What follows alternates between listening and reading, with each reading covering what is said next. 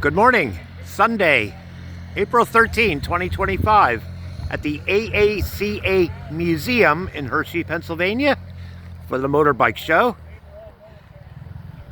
It's early, but there's already an assortment of classic and vintage motorcycles out for display, as well as a flea market over here, sponsored by the Russ Brown Motorcycle Attorneys. And today is the public debut of my 1982 Honda C70 Passport in running condition. We started up yesterday, started this morning.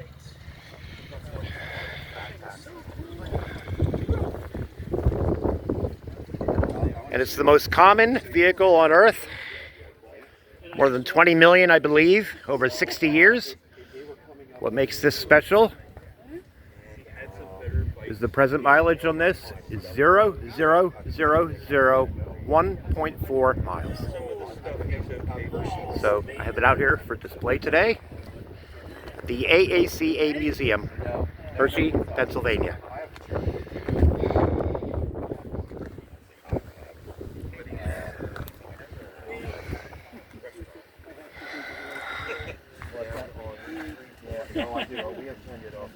Have a pleasant morning.